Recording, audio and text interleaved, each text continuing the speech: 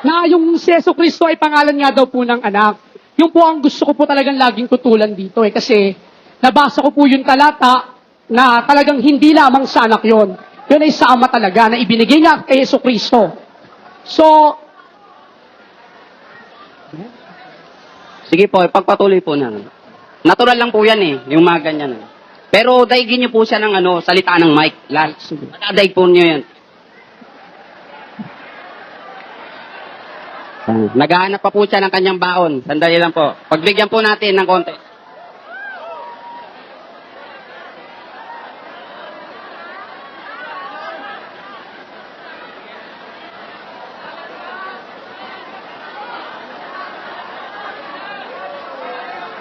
bali ganito po. Sa huling oras pong nalalabi sa akin, huli ko pong babasahin ng isang talata na talagang kanina na minali nga po ni Mr. Soriano.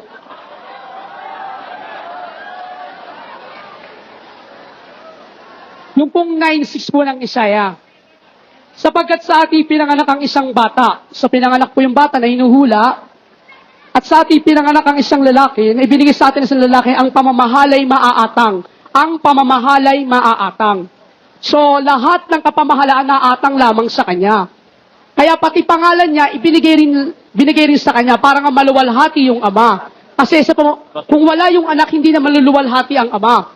Sa pamamagitan ng anak, natubos po tayo. Pero dito sa Old Testament, ang ipinaliliwanag po ng Biblia, ang magtutubos at ang magliligtas ay yung ama.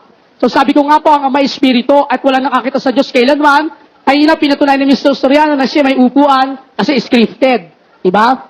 Pero sa totoo lang po, ang ama, espiritu po siya. Wala pong nakakita sa kanya, kundi ang anak ang nagpakilala sa sinapupunan niya po. So, gusto ko pong maubos yung oras ko na pinapaliwanag po sa inyo what they understand in the Bible. Hindi po para sabihin sa kanya na siya mali. Gusto ko pong maliwanagan ninyo na yung pangalan ni Jesucristo hindi lamang sa anak, kundi sa ama talaga. Paulit-ulit ko pong sinasabi yan.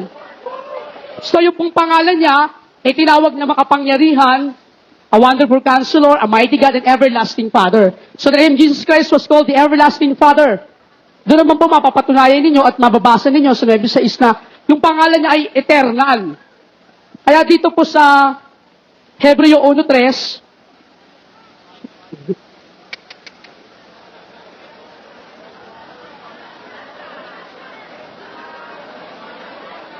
halibasay siyang kaluwalhatian at tunay na larawan ng pagka-Diyos. Yung pong sinasabi ng person, talagang wala pong person yung ama. Paano nga po siya magkaka-person? Ang sinasabi ditong person, yung anak, siya ang larawan ng kaluwalhatian ng kanyang pagka-Diyos. Yung sinasabi dun sa Colossus po.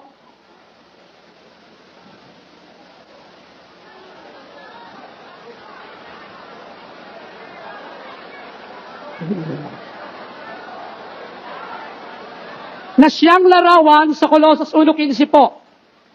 Na siyang larawan ng Diyos na di nakikita. So yung amay hindi nakikita, yung Diyos ay hindi nakikita. Ang nakita po yung anak. At yung pong pangalan nasa sa anak, yun po ang pangalan nasa Diyos sapagkat ang ama ay nasa anak at ang anak ay nasa ama. So yung pong pagka-resurrect ng anak daw po siya sa pinaka-high on majesty. Yun po pinasimulan ko kanina, tinatapos po ng ngayon sapagkat hanggang 3 tindigan lang po. Na yung si Yesu Cristo ay naupo sa kapangyarihan at kaluwalhatian ng Diyos, sa kataas-taasan. Doon po talaga siya. So kung hindi kayo maniniwala ngayong gabi, lahat ng binasa kong talata, wala po akong magagawa. Dapat nyo lamang malaman na ang Biblia ang dapat ninyong pagkatibayan. Dapat ninyong kapitan. Yung sinabi niya kanina about doon sa Filipos 2:9, talaga po napagsama ko yung talata ron. Ang pinaka-emphasis ko po doon yung 2:10 po. Kaya ako po talagang mali doon sa nasabi ko na ang pangalan. Ngayon, babasahin ko po. Hindi ho. Mahirap na maparatangan na ikaw'y bulaan. Mahirap. Sapagkat alam niyo po kung sino ang bulaan? Ganito po, hindi. Sandali ho. Ang bulaan ay ang nagtuturo na dalawa ang Diyos. Tandaan po ninyo. Mismong si Satanas, naniniwala na iisa lamang ang Diyos. At napatunayan ko kanina in the Deuteronomy 6:4. In Hear, O Israel, the Lord our God is one God. Dito po sa Epeso 4:5. Isang Panginoon, isang pananampalataya, isang bautismo. Kaya sa gabi ito, bago po ako umuwi, nais ko pong sabihin na ang aral ni Mr. Soriano, dalawa ang Diyos, yan po ang wala sa Biblia. Isa lamang po ang Diyos sa Biblia. Meron po ba akong time?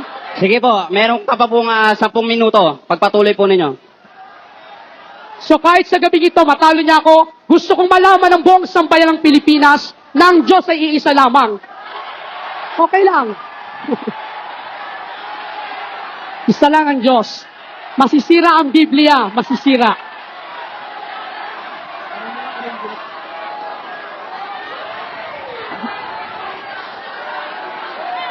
Sige po, konti katahimikan po uli. Ipagpatuloy po ninyo uli. Okay.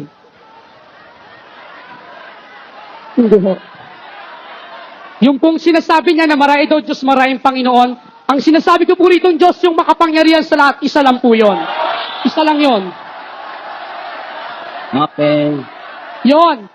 So, dinakuha nyo ngayon, yung sinasabi kong isang makapangyarihan Diyos, yun ay si Hesus Kristo. Yung pangalan niya. Napatunayan ko po sa mga talata. Ayaw naman ninyong paniwalaan. Wala po akong magagawa. Meron po po. Ayan po naman, may idadagdag pa po ba kayo? Meron pa ho, meron. Sige po, ipagpatuloy po ninyo uli.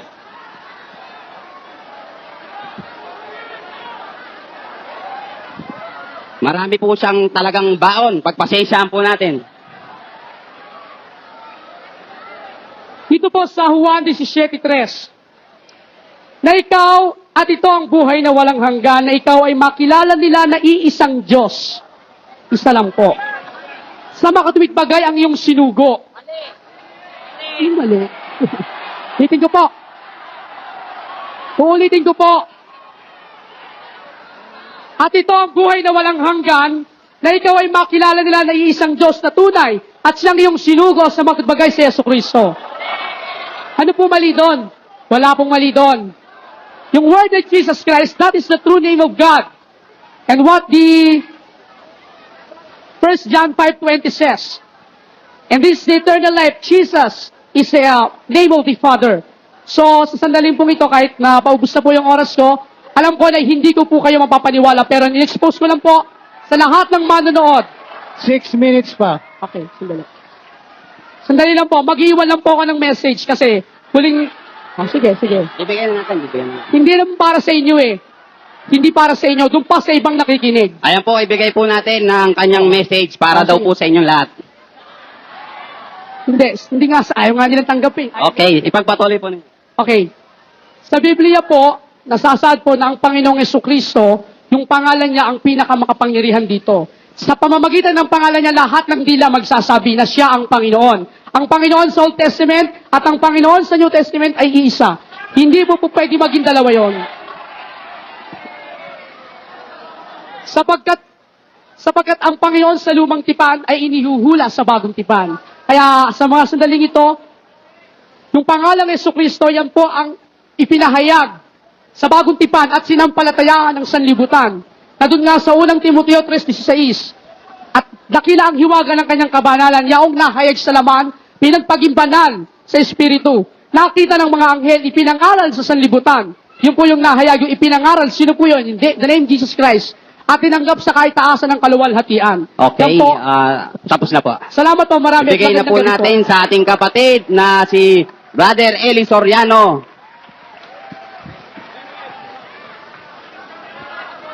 You are now under cross, kapatid.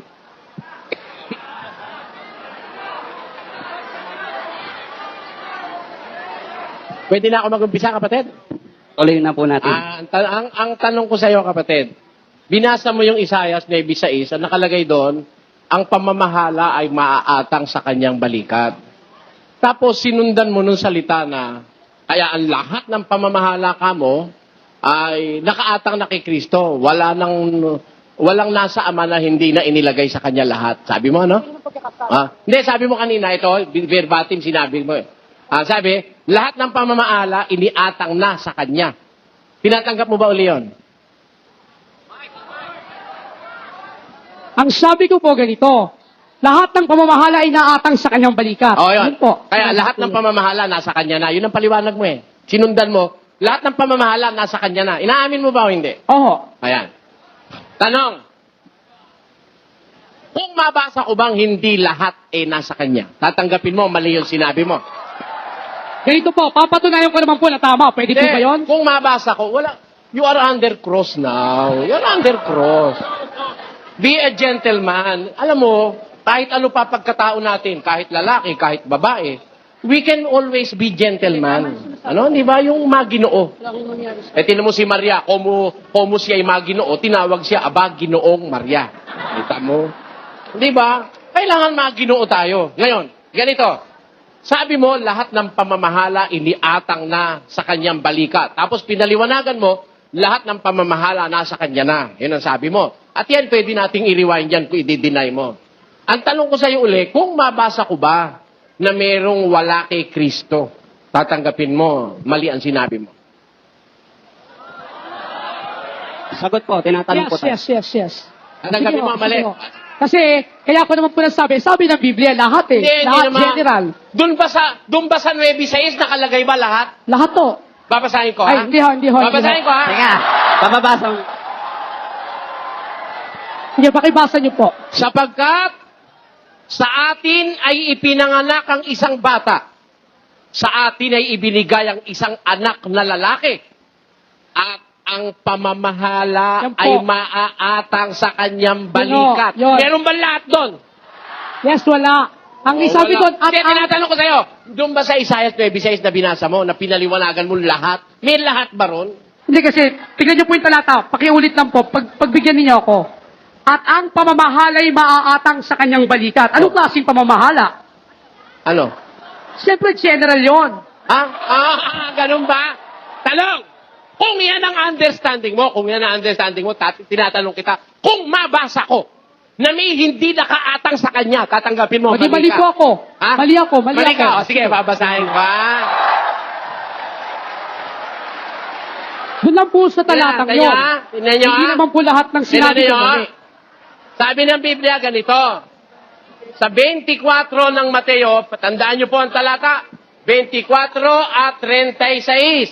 Ito, sabi ni Jesus, ngunit, tungkol sa araw at oras na yaon, walang makakaalam. Kahit ang mga anghel sa langit, kahit ang anak, kundi ang ama lamang. Okay. Ang Totoo sabi naman nito, yun. ang sabi, hindi pa po tapos, may kasunod pa. Ang sabi nito, yun na ikang oras at araw ng pagpabalik niya, no, walang makakaalam noon, sabi niya. Kahit ang mga anghel sa langit, kahit ang anak, sino ba anak? Siya. Kundi ang ama lamang. Bakit ang ama lang? Mr. Soriano, Dali lang. pakibasa niyo po sa English Kaya, yan. Sandali lang, kapatid. Dali na. Papaliwanag. Sabi ko sa'yo, papaliwanag ko eh. Para makita ng taong mali ka eh. Ito ha? At palibhasa'y tinanong siya ng mga alagad. Ang sabi nila, nang sila'y nagkakatipo na nagsasabi, Panginoon, isosoli mo baga ang kaharian sa Israel sa panahong ito? Ang sabi, dali, wag kang maingay kapatid. Pakinggan mo. Makinig ka muna eh. Pinapaliwanag kung mali ka, ayaw mong matuto yata eh. Hindi ho. Alam mo, hindi mo matututunan ito doon sa puno mo. Pinababasa Sa ko akin mo lang Hindi ho, matututunan ganito ito. ho. Ganito, Mr. Tignan mo, Soriano. pakinggan mo muna, tapusin mo ako. Patapusin mo ako. Pumayag kang ipakita ko, tapos ang gulo-gulo mo eh. Sige. Ang gulo-gulo mo eh. Pumayag ka kanina na ipakikita kong mali ka eh.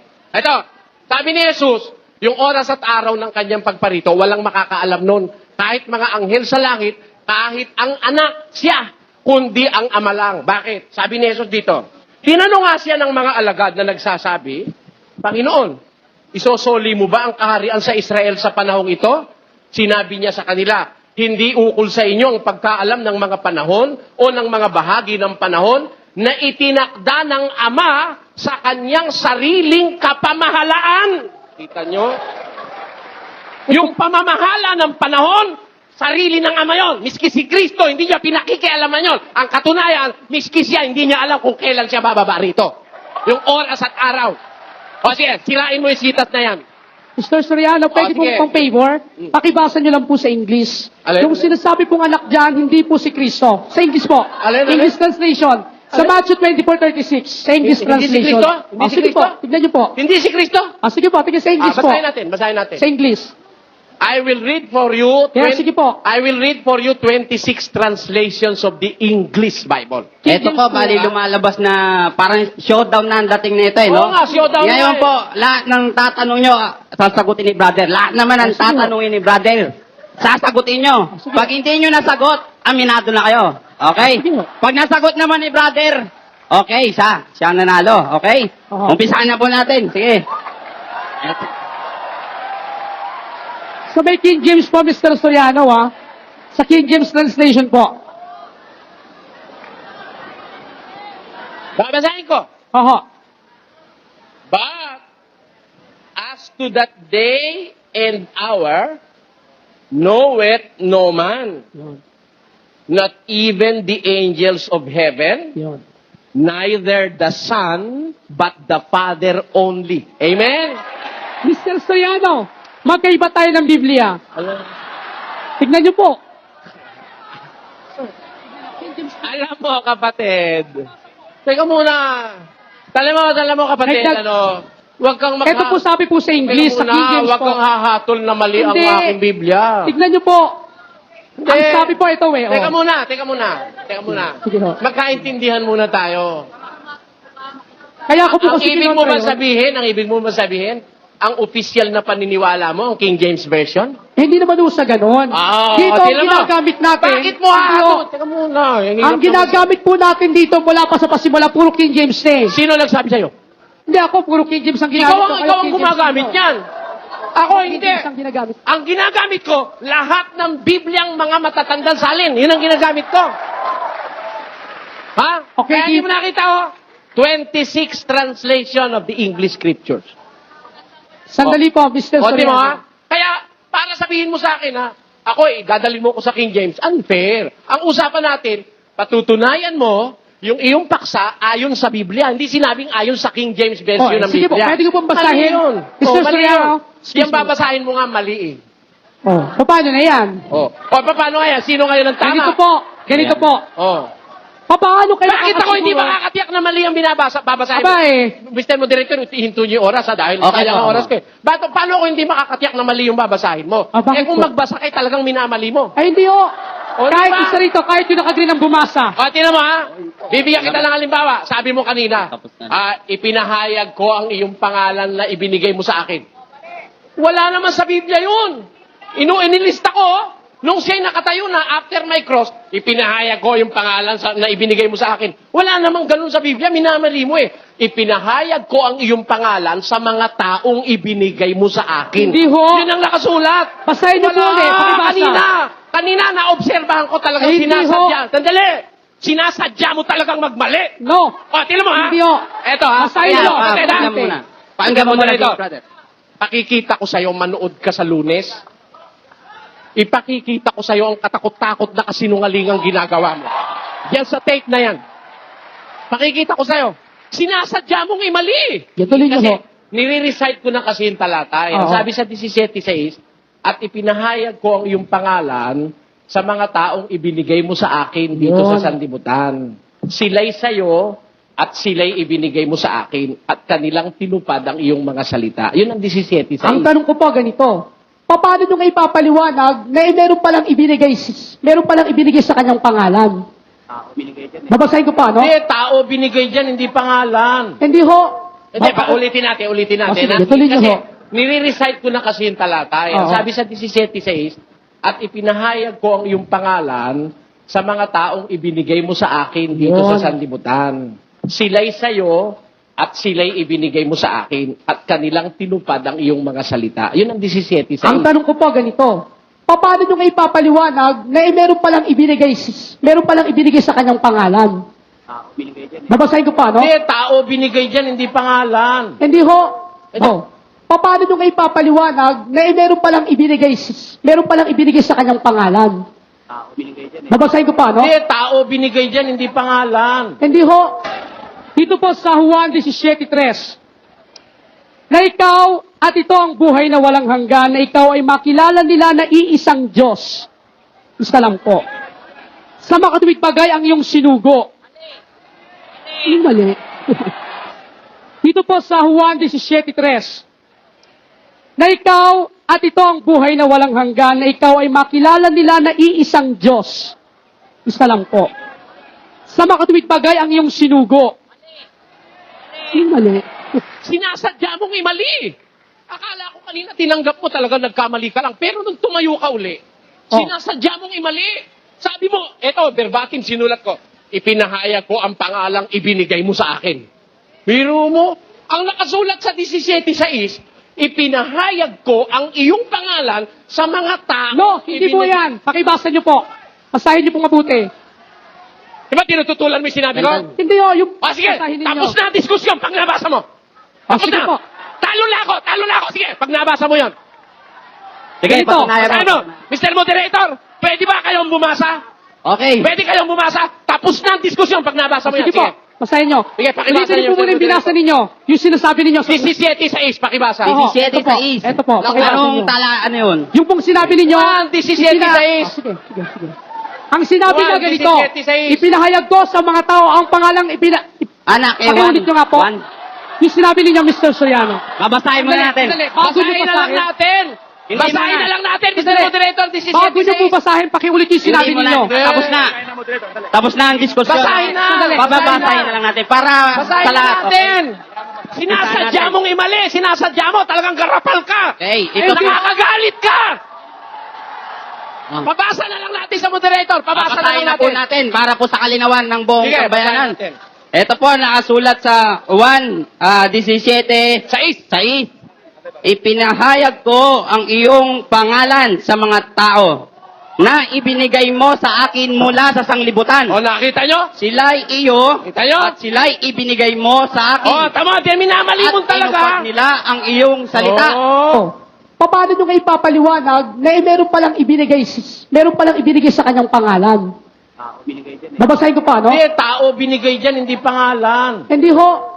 Ipinahayag ko ang iyong pangalan sa mga tao na ibinigay mo sa akin mula sa sanglibutan. Paano nyo kayo ipapaliwanag na meron palang ibinigay sa kanyang pangalan? Babasahin ko pa, no? Hindi, tao binigay dyan, hindi pangalan. Hindi ho. Ipinahayag ko ang iyong pangalan sa mga tao na ibinigay mo sa akin mula sa sanglibutan. O, nakita nyo? Sila'y iyo Kita nyo? at sila'y ibinigay mo sa akin. O, tama. Di minamali at mo tinupad talaga. nila ang iyong salita. Oo. Ayan po ang nakasulat. Lala, mandaraya talaga itong taon to. Hindi po, Mr. Soriano. Mandaraya ka talaga eh. Niloloko. Ayan na, Yung nakasulat pangalan po, oh. yung pangalan. Mandaraya ka talaga oh. Ayan oh. Ang ibinigay ba dyan, yung pangalan o yung tao? Yung mga tao. O, tao binigay dyan. Maliwanag po sa pagkakabasa. Mr. Moderator, ano ang binigay? Pangalan o tao? Ang tao po, maliwanag po. Hindi yung pangalan. Hindi po ang pangalan. Kita nyo, dinadaya mo tao. Mali yan, mali ang ugali mo na yan, Brad. Marami kang dadalhin sa impyerno sa ginagawa mo sa Biblia. Marami kang dadalhin. Pagpakiusap ko, wag mo akong isama doon sa gusto mong lokohin dahil hindi mo ako maloloko. Hanggang buhay ako, hindi ka uubra, tandaan mo. Panalangin mong mamatay na ako. Ha? Brad, ayan na, nabasa naman yung moderator na Ito, nagbasa. ha? Para Tapos na. patunayan ko sa inyo, Mr. Moderator, ito pa. Kailangan for the sake of justice. Sabi niya, sa Biblia niya raw, kaya niya binasang pinakadakilang Diyos kasi nagkadikit daw yung NG dun sa dakila. Mr. Moderator, pwede ba pakitignan mo kung nagkadikit nga? Tingnan natin. Opo, sige po. Kung nakalagay nga na nalapit yung NG. Kung nalapit yung NG. Pakitignan nga ng camera Kapag naman ito. po. Okay, Mr. Biblia niya, Soriano. Biblia niya. Babasahin Mr. po Soriano. natin sa 2:9. Pilipos 2:9. 2:9.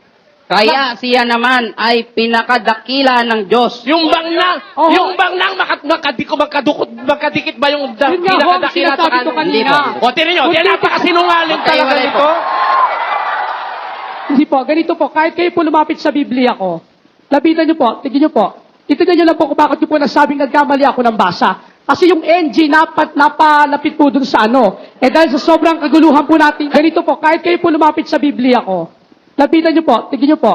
Itignan nyo lang po kung bakit nyo po nasabing nagkamali ako ng basa. Kasi yung NG napalapit po dun sa ano. Kaya siya naman ay pinakadakilang Diyos.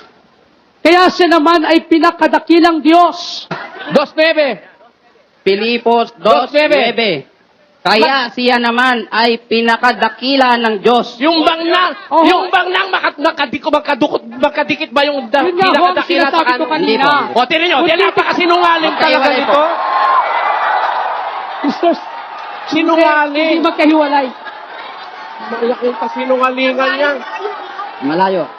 Kahiya ka. Ganito po ang sinabi ko kanina kahit Kahiya iparol ka. Dala-dala mo ang Biblia, hindi ka natatakot sa Diyos. Ibalibag mo na lang yung Biblia mo. Wala ka respeto sa Diyos niyan. Mali yan. Hindi. Kanina Wala- pinagbigyan wala lang po kita. Pinagbigyan lang kita kanina, ayaw kitang hiyain. Pero natiyak ko, talagang manluloko itong taong ito. Mr. Soriano, Manluloko ka talaga. Manluloko ka talaga. Biro mo, ililigaw mong tao.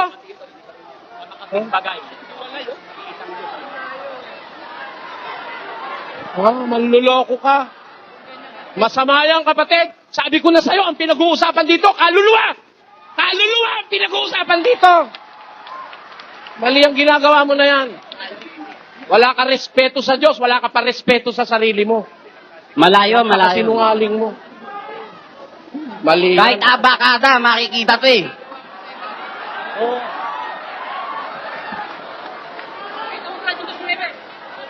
Sana matakot ka sa Diyos, sana magsisi ka sa ginagawa mo na yan, kapatid. Magsisi ka na yan.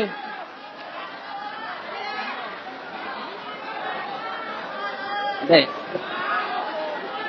Mga kababayan, hindi lang ngayon nyo ako maririnig, maaaring bukas kung buhay pa ako marinig nyo ako. Sana maunawaan nyo kung bakit nagagalit ako sa mga talentadong pastor sa panahon ito. Sana maunawaan nyo, may mga manluloko sa Pilipinas. Maraming manluloko. kaya siya naman ay pinakadakilang Diyos. Kaya siya naman ay pinakadakilang Diyos. Lumapit sa Biblia ko. Lapitan nyo po, tignan nyo po. Itignan nyo lang po kung bakit nyo po nasabing nagkamali ako ng basa. Kasi yung NG napalapit po dun sa ano. Lapitan nyo po, tignan nyo po. Itignan nyo lang po kung bakit nyo po nasabing nagkamali ako ng basa. Kasi yung NG napalapit po dun sa ano. Paano nyo nga ipapaliwanag na meron palang ibinigay sa kanyang pangalan? Babasahin ko pa, no? Hindi, tao binigay dyan, hindi pangalan. Hindi ho. Paano nyo nga ipapaliwanag na meron palang ibinigay sa kanyang pangalan? Babasahin ko pa, no? Hindi, tao binigay dyan, hindi pangalan. Hindi ho. Na ikaw at ito ang buhay na walang hanggan, na ikaw ay makilala nila na iisang Diyos. Isa lang po. Sa makatuwid bagay ang iyong sinugo. Mali. Na ikaw at ito ang buhay na walang hanggan, na ikaw ay makilala nila na iisang Diyos. Isa lang po. Sa makatuwid bagay ang iyong sinugo. Mali. Sana maunawaan nyo, may mga manluloko sa Pilipinas. Maraming manluloko. Manluloko.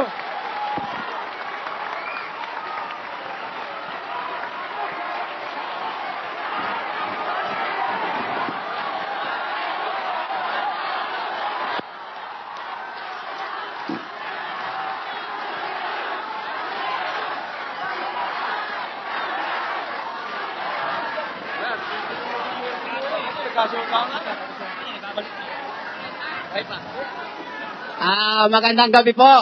Sa tema po ng ating pag-uusap, sa makatweet po, sa inyo mga kagalakan, na nalaman na natin kung sino nagsasabi ng totoo at sino nagsisinungaling. Tapos na po ang ating diskusyon. Mabuhay po si Brother Eli!